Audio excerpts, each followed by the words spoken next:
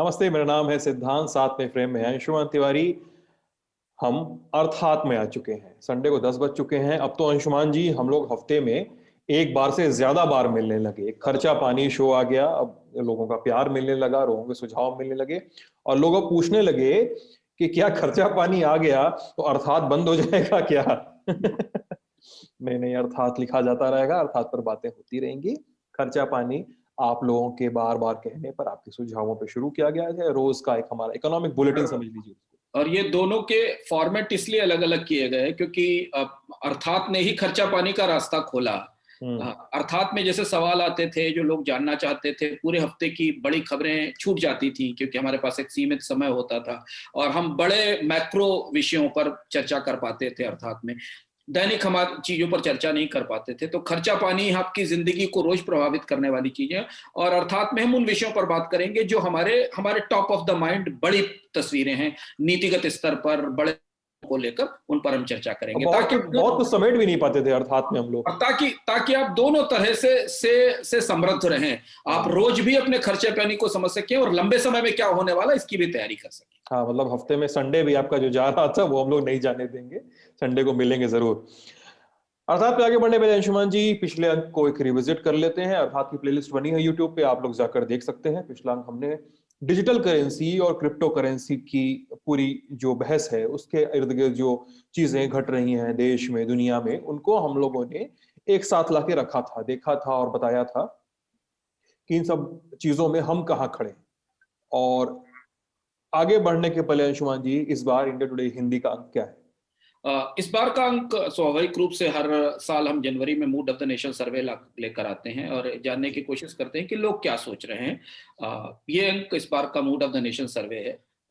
Covid की महामारी के बाद लोगों ने क्या महसूस किया, वो क्या सोचते हैं विभिन्न चुनौतियों के बारे में, सरकार का आकलन वो कैसे करते हैं, राज्य सरकारों का आकलन कैसे करते हैं, उनके राजनीतिक विचारों में, उनकी वरीयताओं में क्या बदलाव आया है, इस पर केंद्रित ये सालाना सर्वे है जिसमें बहुत सारी महत्वपूर्ण इंसाइट्स आई हैं। कुछ चीजें ऐसी हैं जो हमें प्रत्यक्ष रूप से पता है कि इस तरीके की परिस्थिति पर महामारी के बाद क्या चीजें बदली हैं, लोगों ने क्या सोचना शुरू किया, किन चुनौतियों को ज्यादा बड़ा मान रहे हैं। इस दृष्टि से यह सर्वे काफी महत्वपूर्ण है और इस बार के अंक में ये विस्तृत सर्वे विभिन्न विषयों पर आपको मिलेगा। बढ़िया। और अंशुमान जी अर्थात पर आते हैं। इस बार के अर्थात का शीर्षक है बात निकलेगी तो दूर तलक जाएगी तो, को आपने थोड़ा सा साइलेंट किया हुआ है यहाँ पे। और जब ये अर्थात मैं इसकी रूपरेखा से गुजर रहा था तो दो तीन चीजें समझ में आ रही थी। एक तो साल है नया, एक अमेरिका में निजाम बदल गया है, डोनाल्ड ट्रंप चले गए हैं, जो बाइडेन आ चुके हैं, इस समय स्वेरिंग इन हो चुकी है, उनकी इनॉग्रेशन सेरेमनी है। दूसरी तरफ भारत का एक गणतंत्र दिवस और आ चुका है 26 जनवरी को। मतलब हम ये एपिसोड जिस दिन लोग देख रहे होंगे उसके 2 दिन पहले ये 24 जनवरी को ये एपिसोड मेरे ख्याल से एयर हो रहा होगा।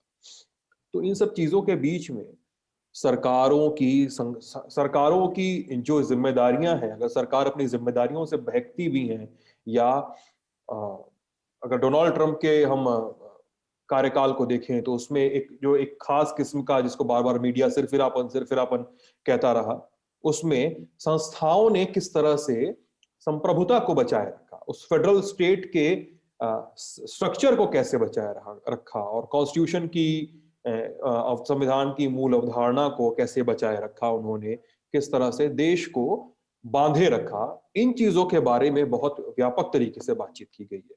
बताइए अंशुमान। दो संदर्भ आपने बताए। क्यों ये अर्थात इस सप्ताह हमने इस पर लिया, क्योंकि एक तो हम खर्चा पानी में उन विषयों पर चर्चा कर रहे हैं जो बजट में आने वाली चीजें, और चूंकि बजट से पहले प्रतिपल चीजें बदलती रहती हैं, बहुत सारे घटनाक्रम बदलते रहते हैं, तो हम उन पर चर्चा कर रहे हैं। अगले अंक तक हम इस स्थिति में होंगे कि हमें बजट के कुछ ब्रॉड कंटूर्स दिखाई देने लगेंगे जिन है। ये तीसरी दो घटनाएं तो महत्वपूर्ण हैं। एक महत्वपूर्ण यह है कि अमेरिका में निजाम बदलना, और जिन परिस्थितियों और जिन हालात में निजाम बदला वो संदर्भ समझना बेहद महत्वपूर्ण है। दूसरी चीज ये कि भारत अपने गणतंत्र दिवस के करीब खड़ा हुआ है, और आमतौर पर गणतंत्र दिवस को संवैधानिक संस्थाओं के पुनर्मूल्यांकन के लिए, उनके आकलन के लिए, गणतंत्र की सफलता के लिए, गणतंत्र की चुनौतियों के लिए याद किया जाता। और तीसरी जो महत्वपूर्ण बात है अमेरिका में चुनाव हर 4 साल में होते हैं, भारत का गणतंत्र दिवस हर साल आता है। तीसरी चीज यह है कि पूरी दुनिया एक बहुत बड़ी उथल पुथल से, एक बहुत बड़ी महामारी से बाहर निकलने की कोशिश कर रही है। वैक्सीन हाथ में है, ज्यादातर देशों के हाथ में वैक्सीन है, वैक्सीन का वितरण शुरू हो गया है, कहीं धीमे कहीं तेज गति से चल रहा है। तो अब जो पूरी दुनिया में नए सिरे से चर्चाएं शुरू हो रही हैं, वो उन नसीहतों पर, उन सबक पर है जो हमें महामारी के दौरान अलग अलग देशों से मिले हैं।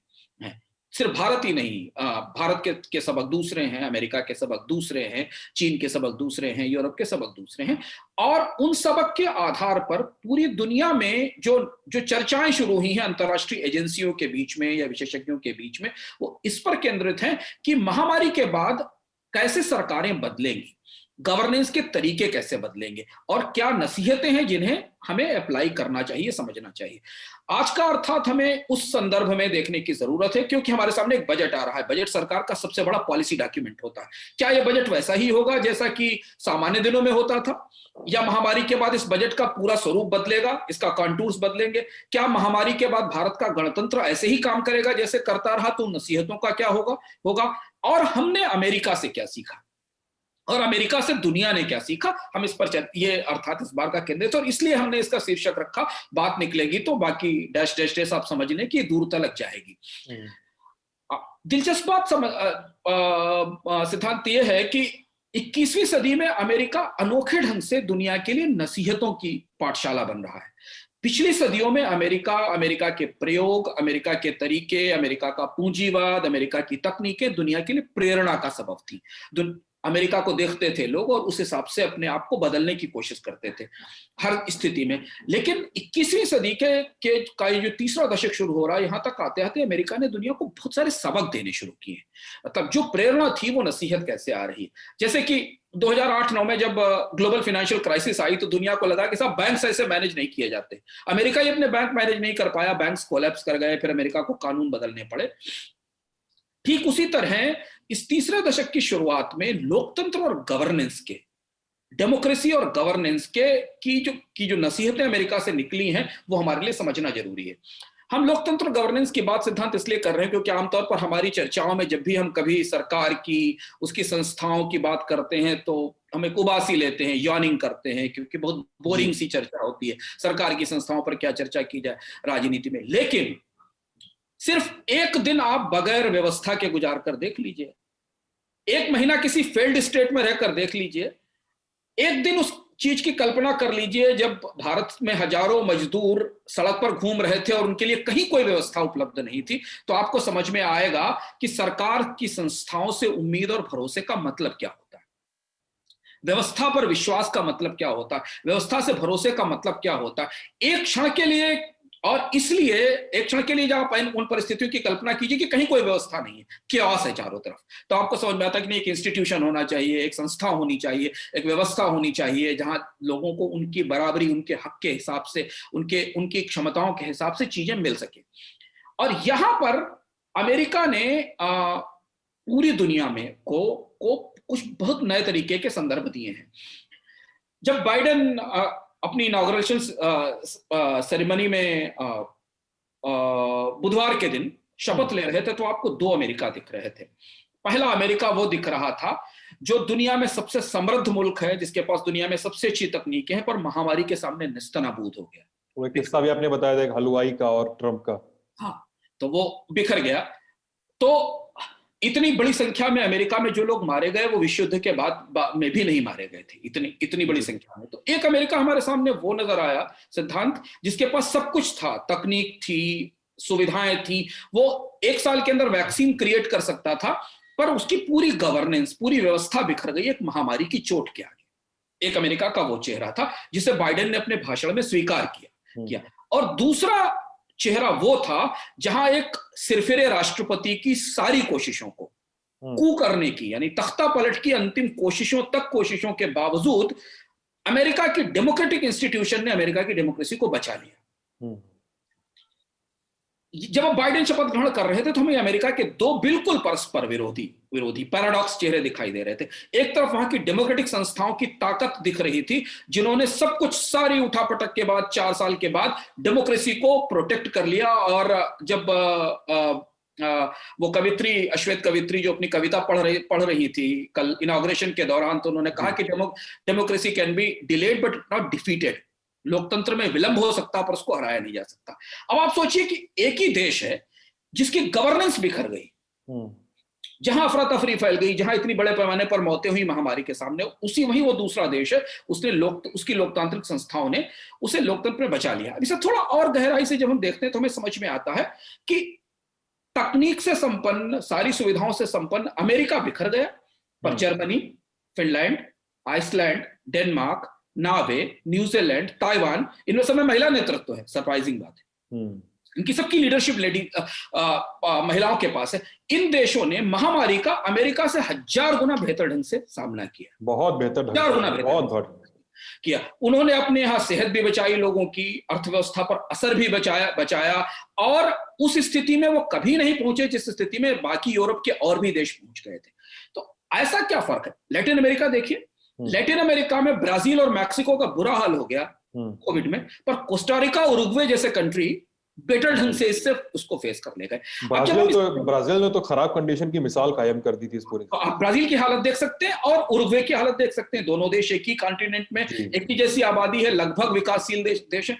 तो ऐसा क्या हुआ जो दुनिया समझने की कोशिश कर रही है कि जो अमेरिका जैसा देश जिसके पास सारी समृद्ध क्षमताएं थी, वो महामारी से नहीं लड़ पाया, और फिनलैंड, नॉर्वे जैसे देश, न्यूजीलैंड, ताइवान जैसे देश इसे बेहतर ढंग से मैनेज कर ले गए, जबकि वो विकासशील देश हैं। उसमें से ताइवान जैसा विकासशील देश है जो इसे मैनेज कर ले गए।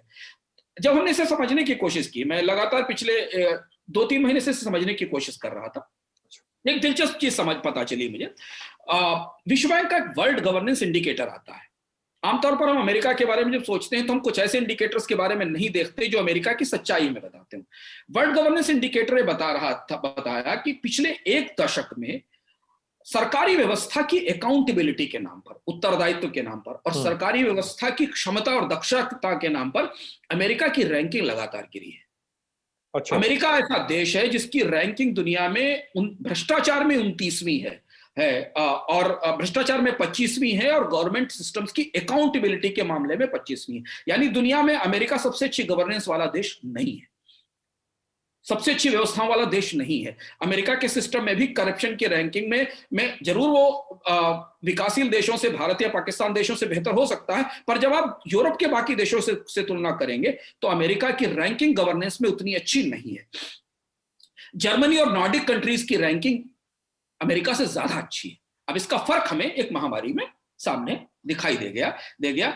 अमेरिका में सरकारी संस्थाएं कोलैप्स कर गई, हेल्थ सिस्टम लड़खड़ा गया, गवर्नेंस लड़खड़ा गई, बाकी चीजें लड़खड़ा गई। वो सिस्टम लड़खड़ा गया क्योंकि उनकी गवर्नेंस हिली हुई थी नीचे से, पर वहां की जो लोकतांत्रिक संस्थाएं थी, डेमोक्रेटिक संस्थाएं थी, वो उनका क्षरण उतना नहीं हुआ था। तो उनकी ताकत और उनकी मजबूती, जैसे कि हाउस, जैसे कि सीनेट, जैसे कि इलेक्शन सिस्टम, जैसे कि कोर्ट, जैसे कि मीडिया, काफी हद तक इन संस्थाओं की ताकत ने अमेरिका की गवर्नेंस तो नहीं बचा पाई, इतने लोगों की मौत तो वो नहीं रोक पाए, पर डेमोक्रेसी को बिखरने से बचा लिया और अंततः एक डेमोक्रेटिक सिस्टम को हासिल कर लिया। यह पहली बड़ी सीख है जो हमारे पास आती है। अब दूसरी बड़ी सीख जो इस गणतंत्र दिवस पर भारत के लिए दूसरी सीख उतनी ही महत्वपूर्ण है। एक और चीज हमें देखने को मिली सिद्धांत की, वायरस के सामने महामारी, क्योंकि हमारे अपने ताजा इतिहास में पिछले 100 साल में कोई महामारी नहीं आई इतनी बड़ी। तो महामारी के सामने दुनिया के में 2 तरीके के मुल्क हमें मिले। एक ऐसे मुल्क मिले जो वायरस के सामने पूरी तरह बिखर गए, यूएस है, ब्राजील है, जिसमें जैसे ब्राजील है, जैसे इटली था, जैसे स्पेन था, ऐसे देश दिखे जो पूरी तरह बिखर गए। और कुछ ऐसे देश नजर आए जिन्होंने वायरस के सामने अपनी गवर्नेंस को बहुत तेजी से बदल लिया, इनोवेट कर लिया, बहुत सारे तौर तरीके बदलकर अपने को नए सिरे से खड़ा कर लिया। जैसे कनाडा ने अपने 80 साल पुराने स्किल डेवलपमेंट कार्यक्रम को नए तरीके से रीडिजाइन कर लिया इस महामारी के दौरान। उन्होंने उस 80 साल पुराने स्किल डेवलपमेंट कार्यक्रम में नए एलिमेंट जोड़े और जिनकी नौकरियां, जिनके जॉब, जिनका कामकाज खत्म हुआ था, उन्हें इस कार्यक्रम से जोड़कर उनकी जीविका बचा दी। इटली ने 5 लाख परिवारों को चाइल्ड केयर की सुविधा उपलब्ध करा दी। जी। क्योंकि जब बड़े पैमाने पर इटली में बीमारी फैली और लोगों को, तो इटली में काफी सारी चीजें बिखर गई, पर एक एक्सपेरिमेंट ये सामने आया कि इटली ने चाइल्ड केयर की फैसिलिटीज को बेटर कर लिया। डेनमार्क ने नौकरियां गंवाने की कगार पे खड़े 90% लोगों को सैलरी प्रोटेक्शन दे दिया। जी। और ये सारी लिस्टिंग वर्ल्ड बैंक और यूनाइटेड नेशंस ने पिछले 2-3-4 महीनों में की हैं, ये जानने के लिए कि दुनिया में किस देश की गवर्नेंस ने महामारी का सामना कितनी इफेक्टिवली, कितने प्रभावी ढंग से किया और उन्होंने अपने यहां क्या बदलाव किए। तीसरी तरफ हम वापस आते हैं, भारत की तरफ पलट कर देखते हैं। मतलब हम कई देशों की बात कर रहे हैं, और मतलब जिस देशों की बात अभी आपने की, जिसमें डेनमार्क और इटली का नाम आ रहा है, उसमें मुझे साउथ कोरिया का भी नाम लेने की इच्छा हो रही है। साउथ कोरिया ने भी कई लेवल पे ऐसे काम किए थे। तो इन सारे देशों में, मतलब हमने भारत में तो बहुत सारा मिसमैनेजमेंट देखा है कोविड और पैंडेमिक के दरमियान, जिसकी कीमत तो चुकानी ही पड़ी है अंशुमान जी। लेकिन उसका ठोस कहाँ है, उसका पदार्थ कहाँ है? हाँ, अब ये चीज हम समझते हैं कि तो हमें दो परिदृश्य दिखते हैं। एक हमें दिखता है कि दुनिया का सबसे बड़ा लोकतंत्र, दुनिया का सबसे समृद्ध देश बीमारी के सामने बिखर जाता है, लोकतंत्र बचा लेता है। और दूसरी तरफ वो देश दिखते हैं जहां पर कोई राजनीतिक उथल पुथल नहीं आती, बीमारी से अपने आप को बचा लेते हैं, अपनी अर्थव्यवस्थाओं को नुकसान भी सीमित कर लेते हैं, भारत की तरह बड़े पैमाने पर लॉकडाउन भी नहीं करते हैं। और तीसरी तरफ वो देश है जो बिखर जाते हैं। भारत इन श्रेणी से थोड़ा अलग खड़ा होता है। भारत दुनिया का इकलौता देश है और शायद दुनिया की सबसे बड़ी अर्थव्यवस्थाओं में शामिल वो देश है जिसने इतना लंबा लॉकडाउन लगाया, इतना लंबा लॉकडाउन किया, और लॉकडाउन करते हुए एक बड़ी आर्थिक संकट या बड़ी आर्थिक मंदी आमंत्रित कर ली। 1952 के बाद हम सबसे बुरी स्थिति में हैं आर्थिक तौर पर। जो आंकड़े हमारे पास अभी इस समय उपलब्ध हैं जीडीपी को लेकर, ये साल अगर हम -7% या -8% पे भी खत्म करते तो 1952 में इस तरीके का कॉन्ट्रैक्शन हमने तब देखा था। तो तब की तुलना में अर्थव्यवस्था काफी बदल चुकी है। तीसरी तिमाही की जीडीपी तो 8-10 दिनों में आती ही होगी। हाँ, तो अब इसके बाद आएगी। तो अब यहां से सवाल शुरू होता है, पूरी दुनिया में सवाल उठ रहा है। भारत में हमें सवाल ना पूछे, पर भारत के लॉकडाउन का विश्लेषण पूरी दुनिया में हो रहा है। जैसे कि इटली के फेलियर्स का विश्लेषण हो रहा है, या अमेरिका की हेल्थ सिस्टम के कोलैप्स कर जाने का विश्लेषण हो रहा है, वैसे भारत के लॉकडाउन का विश्लेषण हो रहा है। और यह माना जा रहा है कि चूंकि भारत की संस्थाएं, भारत का गवर्नेंस सिस्टम इसके लिए तैयार नहीं थी कि वो इतनी बड़ी महामारी को फेस कर सके, तो हमें जानबूझकर अपने लिए एक आर्थिक मुसीबत आमंत्रित करनी पड़ी, लॉकडाउन लगाकर, इतना बड़ा लॉकडाउन लगाकर। सरकार ने 1897 का प्लेग कानून है जिसके आधार पर ये लॉकडाउन लगाए गए थे, जिसके आधार पर मतलब इतना पुराना प्लेग के समय का कानून है जिसके आधार पर सरकार ने ये सारे पावर अपने हाथ में लिए थे। पैंडेमिक एक्ट के आधार पर सारी ताकत तो सरकार ने अपने हाथ में समेट ली, लेकिन सरकार का सिस्टम इस ताकत के बीच में जो मंदी से परेशान लोग थे, जो सड़क पर भटक रहे लोग थे, जो मजदूर थे, उन्हें वो सुविधाएं नहीं दे सका। यानी कानून के आधार पर सिस्टम ने ताकत तो अपने हाथ में ले ली, पर सिस्टम अपने आप को उस तरह से बदल नहीं सका। छोटा सा उदाहरण देखें कि भारत में वर्क फ्रॉम होम जैसे ही शुरू हुआ, प्राइवेट कंपनीज ने तत्काल उसको अडॉप्ट कर लिया, अपनी प्रोडक्टिविटी बढ़ा ली, पर सरकार अपने सारे दफ्तर बंद करके बैठ गई। उसी डिजिटल नेटवर्क के ऊपर, जिस डिजिटल नेटवर्क के सहारे प्राइवेट सेक्टर ने अपने आप को 1 ही 2 महीने में एडजस्ट कर लिया, सरकार का डिलीवरी सिस्टम उसके हिसाब से मैच नहीं कर सका। और सरकार के डिलीवरी सिस्टम को हमने बिल्कुल बिखर जाते देखा, बहुत सीमित सुविधाओं पे के आधार पर सरकार का सिस्टम काम करता रहा। तो कोविड ने हमें 2-3 चीजें बताई जो गणतंत्र दिवस पर और बाकी चीजों के लिए महत्वपूर्ण है। सबसे पहली चीज जो भारत के बजट में हमें के दृष्टि से हमें समझना जरूरी है कि जिन देशों में लोकतांत्रिक संस्थाओं का ढांचा मजबूत था, पारदर्शी था और संस्थाएं अपनी पूरी ताकत से काम कर रही थी, वहां पर महामारी का सामना बहुत प्रभावी ढंग से किया गया। जहां पर संस्थाओं और कम्युनिटी के बीच में, समुदाय के बीच में तालमेल बहुत अच्छा था, वहां भारत शामिल है। भारत ने इस पैमाने पर बेहतर प्रदर्शन किया क्योंकि कम्युनिटी ने सरकार के एफर्ट्स को सपोर्ट किया, समुदाय ने, भारत के लोगों ने भारत के सरकार के एफर्ट को सपोर्ट किया। सरकार जहां लोगों को खाना नहीं दे पाई, वहां लोग खाना देने आ गए। सरकार जहां लोगों को सुविधा नहीं दे पाई, वहां समुदाय के लोगों ने अन्न क्षेत्र खोल दिए और वो लंबे समय तक चलते रहे। जहां पर सरकार और समुदाय के बीच में कनेक्ट अच्छा था, उनके बीच में तालमेल अच्छा था, वहां महामारी से प्रभावी ढंग पर से लड़ा गया।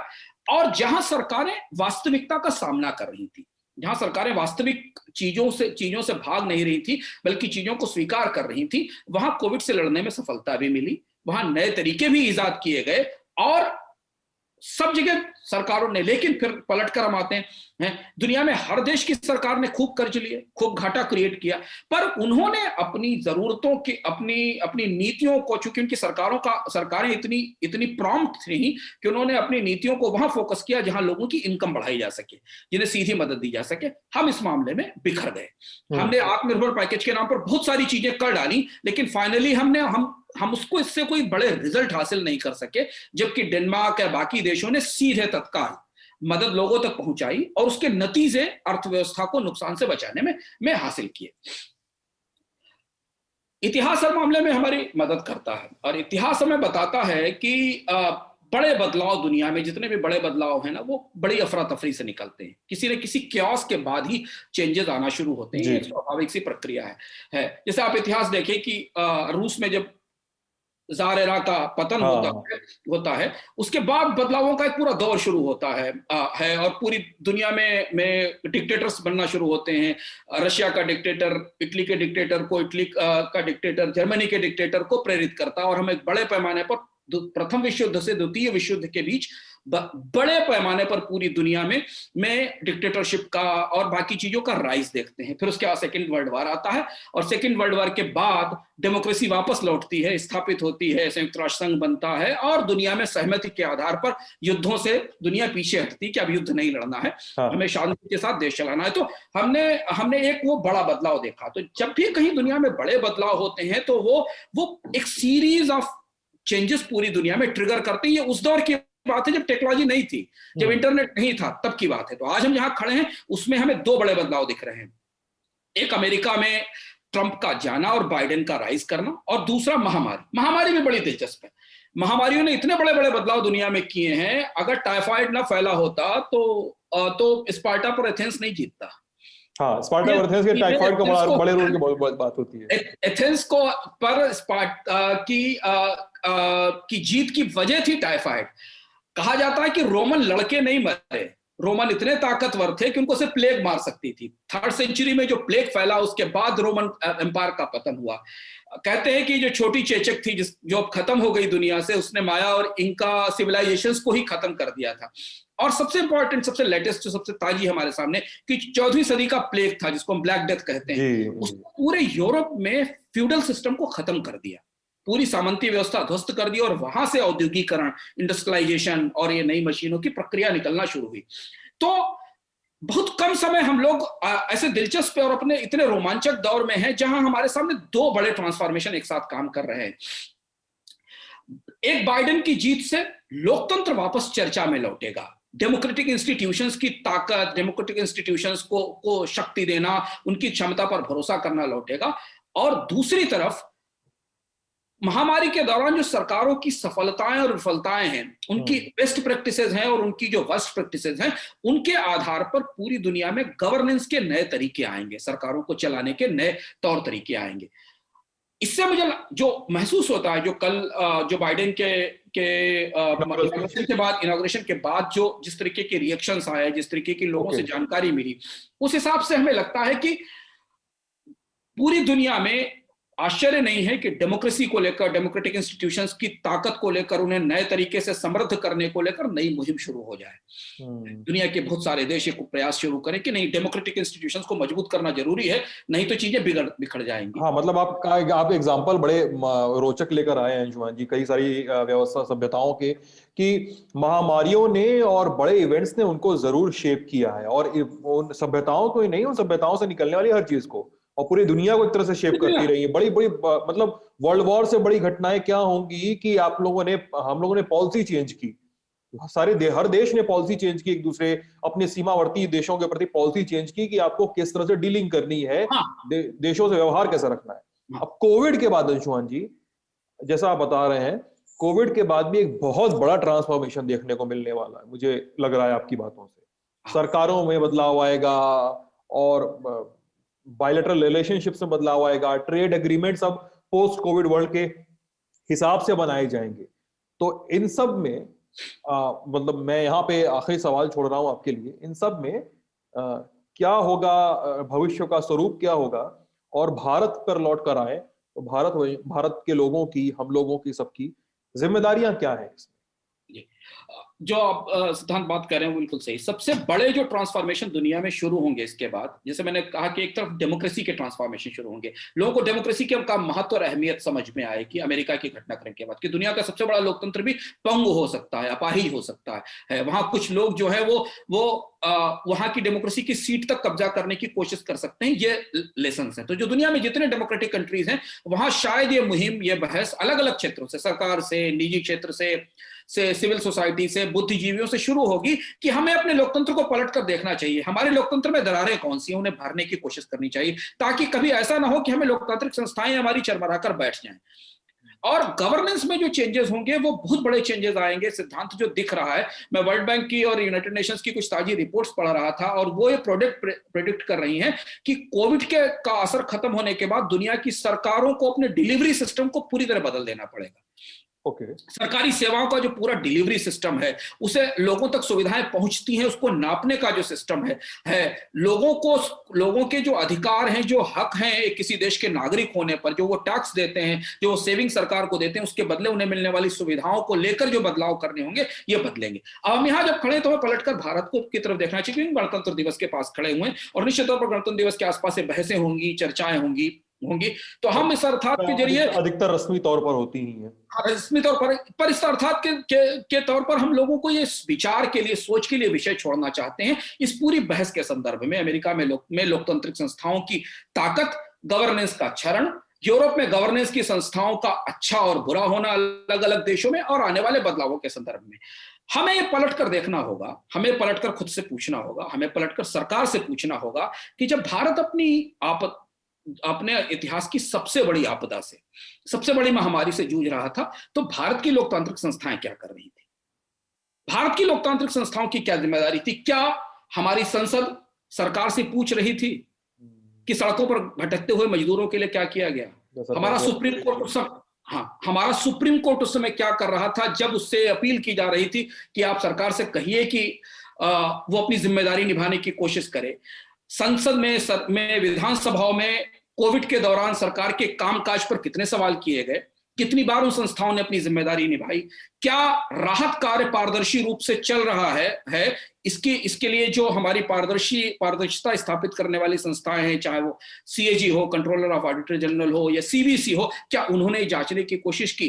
क्या कॉन्स्टिट्यूशन की जितनी बॉडीज हैं उन्होंने इस सबसे मेजर क्राइसिस के पीरियड में, भारत में जब आर्थिक रूप से, स्वास्थ्य के रूप से संकट आया था, तो वो क्या कर रही थी? अगर हमें बीते एक साल में के पूरे अनुभव को देखें तो हमें बहुत ही स्पष्ट रूप से दिखाई देता है सिद्धार्थ, गणतंत्र दिवस पर हमें याद रखना है कि आपके पास कितना भी ताकतवर नेतृत्व हो, कितने भी अकूत संसाधन हो, कितनी भी क्षमताएं हो, लेकिन बड़ी महामारियों और बड़े डिस्ट्रप्शंस के सामने उनका कोई असर नहीं होता। अमेरिका में इतने लाख लोग मर सकते हैं, इटली में इतने लाख लोग मर सकते हैं, और छोटे से ताइवान में, न्यूजीलैंड में चीजें में संतुलित और कंट्रोल्ड हो सकती हैं। तो जिन देशों के पास इंस्टीट्यूशंस पावरफुल हैं, जिन्होंने अपनी संस्थाओं को लोकतंत्र में ताकत दी है, जिन्होंने नए सिरे से संस्थाओं को बिल्ड किया है, उन्होंने ऐसे डिस्ट्रप्शंस का सामना बहुत प्रभावी ढंग से किया है। उन्होंने लोगों की भी जान बचाई है, लोकतंत्र भी बचाए हैं, और अर्थव्यवस्थाओं की भी रक्षा की है। तो यह मौका हमारे सामने है इस गणतंत्र दिवस पर। बजट हमारे सामने खड़ा, बजट हमें बताएगा कि सरकार कैसी गवर्नेंस लेकर आने वाली है। कोविड के बाद कोविड की नसीहतों को कितना बजट में सीखा गया, सरकार ने कोई नसीहतें ली हैं क्या? राज्य सरकारों ने, केंद्र सरकारों ने, एजेंसियों ने, कि उन्होंने क्या सही किया, क्या गलत किया इस महामारी के दौरान।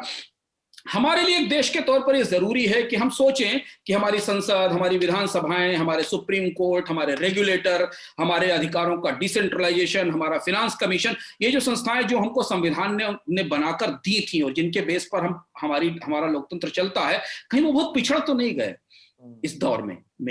क्या उतने आधुनिक हो पाए जितने आधुनिक और चुनौतियों से, और जितनी चुनौतियों से हम आज सामने खड़े हुए हैं? क्या उन्हें वापस पलट कर सोचने की जरूरत नहीं है कि उन्हें ज्यादा मॉडर्न होने की जरूरत है? उनमें कौन से तो नहीं हो गए? हाँ, और हम उनमें कितने सुधार कर सकते हैं, उनमें कितने बदलाव कर सकते हैं? सुप्रीम कोर्ट की वरीयताएं क्या होनी चाहिए? संसद की वरीयताएं क्या होनी चाहिए? विधानसभाएं बैठती नहीं है, काम नहीं करती हैं, डिबेट नहीं होती उनमें, और जहां चुनावों पर जिन पर इतना पैसा खर्च होता है, उन विधानसभाओं में सत्र ही नहीं चलते। पैंडेमिक में तो कई बार हुआ और कई आरोप लगे, कई राज्यों की सरकारों, लोकसभा मतलब केंद्र पर भी आरोप लगे कि पैंडेमिक में लोकसभा का सत्र, विधानसभा का सत्र विधानसभाओं के सत्र एकदम मनमर्जी से चल रहे हैं। हाँ, तो यहां पर हमारे लिए सोचना जरूरी है कि इन संस्थाओं को, क्या ये संस्थाएं इस दौड़ में पीछे पिछड़ रही हैं, और अगर पिछड़ रही हैं तो उन्हें नए सिरे से रिवैम्प करने के लिए, रीबूट करने के लिए, चाहे वो इलेक्शन कमीशन हो, चाहे वो फिनांस कमीशन हो, इन्हें नए सिरे से बदलने की जरूरत है। क्योंकि महामारियां और दुनिया में होने वाले बदलाव हमेशा हमें ये सिखाते हैं कि इंस्टीट्यूशंस जिस देश के पास मजबूत हैं, संस्थाएं जिस देश के पास मजबूत हैं, वहां का लोकतंत्र मजबूत है, और हमें इन संस्थाओं को आजमाने का मौका कभी भी आ सकता है। और ये इस गणतंत्र दिवस पर हमें लगता है कि हमारे लिए हम इस पर चर्चा करना आवश्यक हो जाता है। जरूर, एकदम बहुत जरूरी बात है अंशुमान जी। अंशुमान जी, एपिसोड खत्म होने के कगार पर है। बहुत सारी बातों, बहुत सारी सुर्खियों, बहुत सारे कंफ्यूजन्स का अब हम अपने खर्चा पानी में भी निवारण कर देते हैं। हाँ, कई सारी चीजें वहां पर हम मुझसे बातचीत कर लेते हैं। तो चलते चलते अंशुमान जी, कैसा गया आपका हफ्ता पढ़ने लिखने और टीवी फिल्म वगैरह देखने के संदर्भ में अगर बात करें?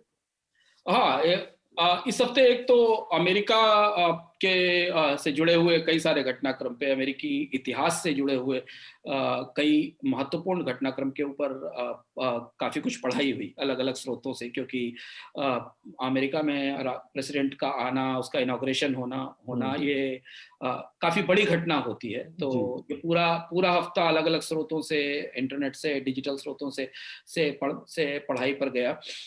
एलन ग्रीनस्पैन की किताब पिछले दिनों आई थी जो मैं मंगा नहीं पाया था, वो इंडिया में अवेलेबल नहीं हो रही थी, कैपिटलिज्म इन अमेरिका, वो मैंने मंगाई अभी पढ़ना नहीं, उसको मैं शुरू कर पाया हूँ। कल ही इनफैक्ट मेरे पास वो पुस्तक आई है। हाँ, दो चीजें इस सप्ताह पढ़ने में आई। एक तो शमसुर रहमान फारूकी का नया उपन्यास आया, कब्ज़े ज़मां जी।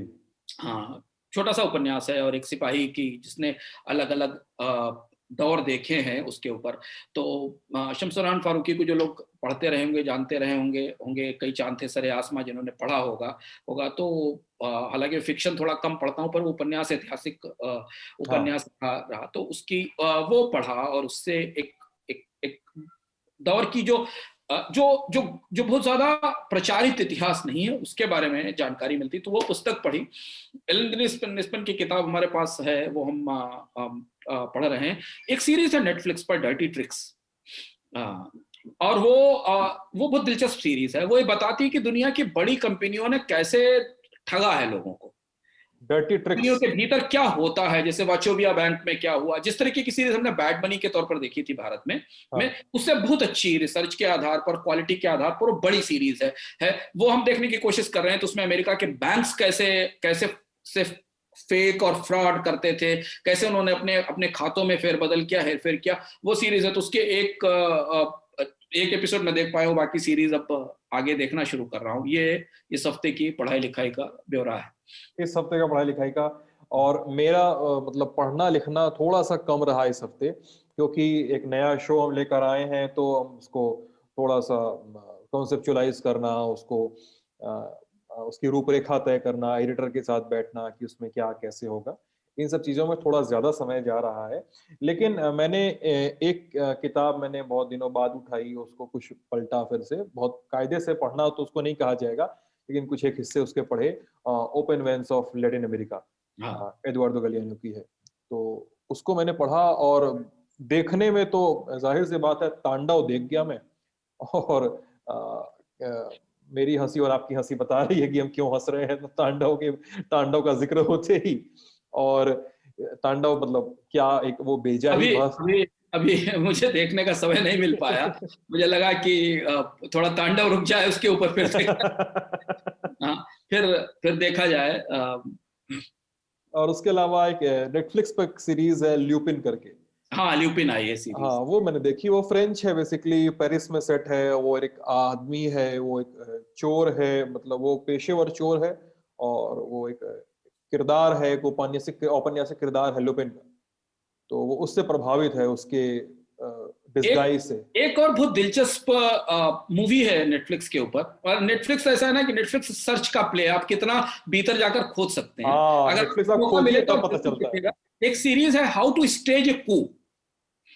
How to stage a coup, कैसे आप कहीं किसी कू को स्टेज करें। और बहुत ही इंटरेस्टिंग ढंग से जूलियस सीजर से लेके, क्योंकि जूलियस सीजर ने पहला कू किया था वहां से लेके मॉडर्न डेज के कू तक कौन सी चीजें कैसे कू स्टेज किए जाते हैं, कू करने वाले लीडर्स के अंदर क्या क्वालिटी होती हैं, किस कैरिज्मा के आधार पर आते हैं लेनिन ने कैसे कू किया, स्टालिन के कू की क्या खास पहलू थे, मुसोलिनी ने कैसे कू किया, हिटलर ने कैसे कू किया, और बाकी यूरोप के देशों में कैसे कू हुए, अफ्रीकन देशों में कैसे कू हुए, उस पर बहुत ही इंटरेस्टिंग शायद 2 घंटे के आसपास की, 1 घंटे 45-50 मिनट की एक पूरी मूवी है, और वो आपको इतने ल्यूसिड ढंग से इतिहास के वो हिस्से बताती जिन्होंने पूरी दुनिया को बदल दिया। अरे जरूर देखेंगे, बड़ा बहुत वो देखने लायक सीरीज है, उसे आप जरूर देखिए। और जो लोग देखना चाहते हैं हाउ टू स्टेज ए कू, उससे आपको समझ में आएगा कि कौन सी परिस्थितियां हैं जो सत्ता परिवर्तन को, सत्ता पलट को प्रेरित करती हैं,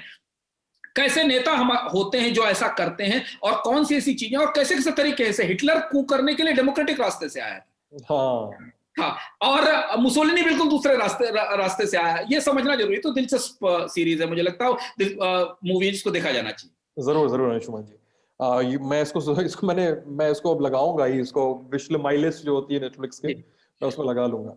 तो ये था आज का अर्थात। कैसा लगा आप लोगों को जरूर बताइएगा वीडियो के कमेंट सेक्शन में। सवाल है तो सवाल पूछिए, सुझाव है तो सुझाव दीजिए। अगले हफ्ते नहीं मिलेंगे, कल मिलेंगे खर्चा पानी में आप लोगों से। तब तक अपना ख्याल रखिए। सभी लोगों का बहुत बहुत शुक्रिया।